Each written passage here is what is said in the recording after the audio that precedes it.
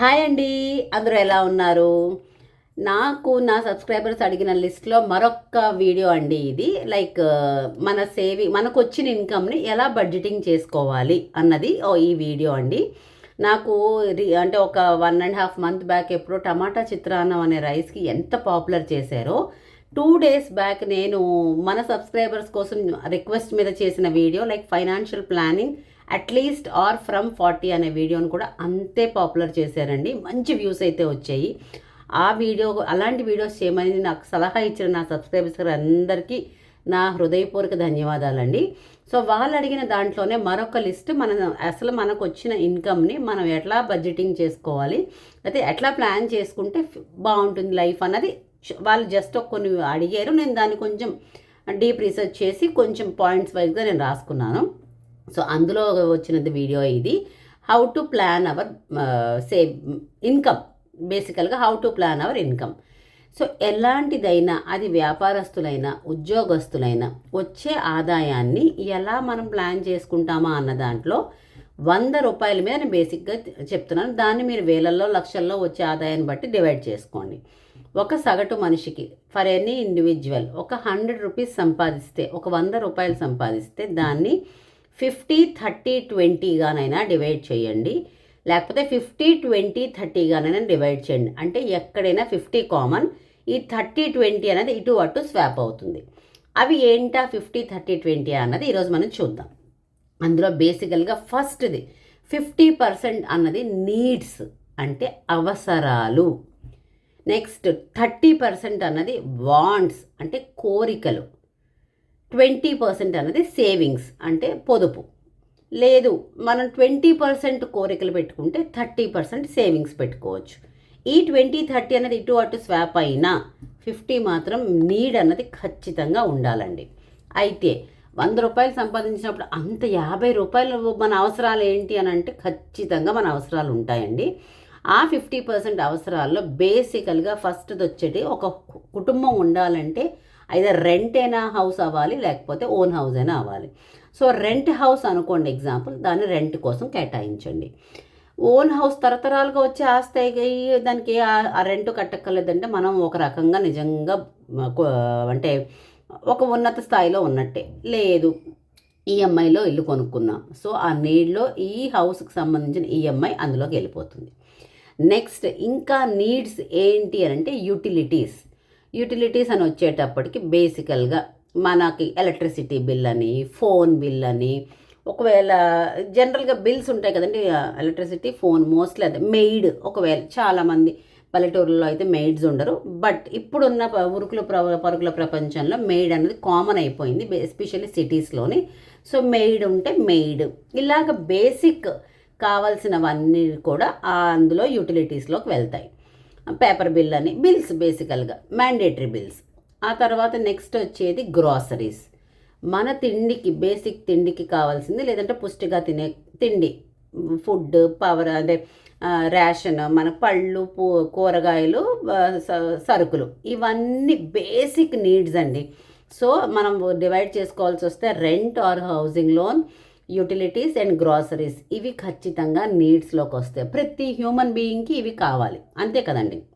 ఇవి లేనిదే వాళ్ళ రోజు గడవదు, మనకి కుదరదు కూడా. నెక్స్ట్ వచ్చేది 30% వాంట్స్, అంటే కోరికలు. ఇది నేను చెప్తాను లిస్టు, అది మీరు 20%లో పెట్టుకుంటారా 30%లో పెట్టుకుంటారా అనేది అప్ టు యూ.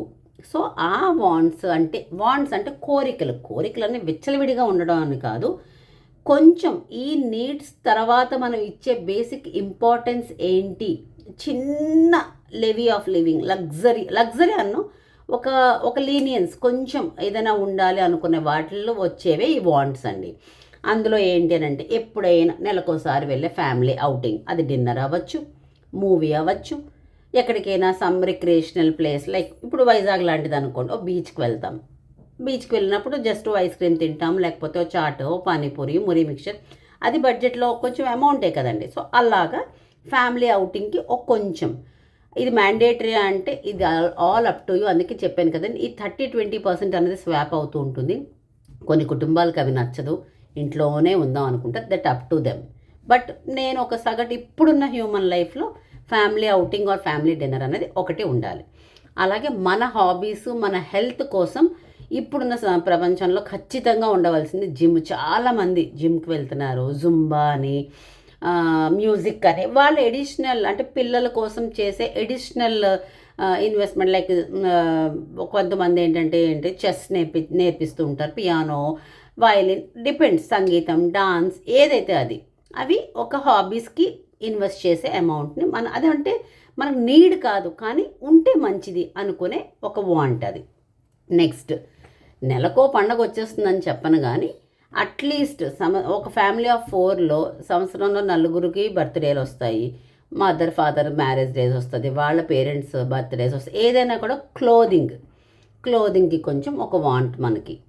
అలాగే ఒకవేళ జ్యువెలరీ అంటే సంవత్సరానికి ఒకసారి బంగారం కొనేసుకోమని, వెండి కొనేసుకోమని, వస్తువులు కొనేసుకోమని చెప్పను, కానీ బేసిక్ కొంచెం కావాల్సిన జ్యువెలరీ ఏదైనా కొనుక్కోవడం కానీ, లేకపోతే ఏదైనా అలాగ అనుకున్నది అదొకటి.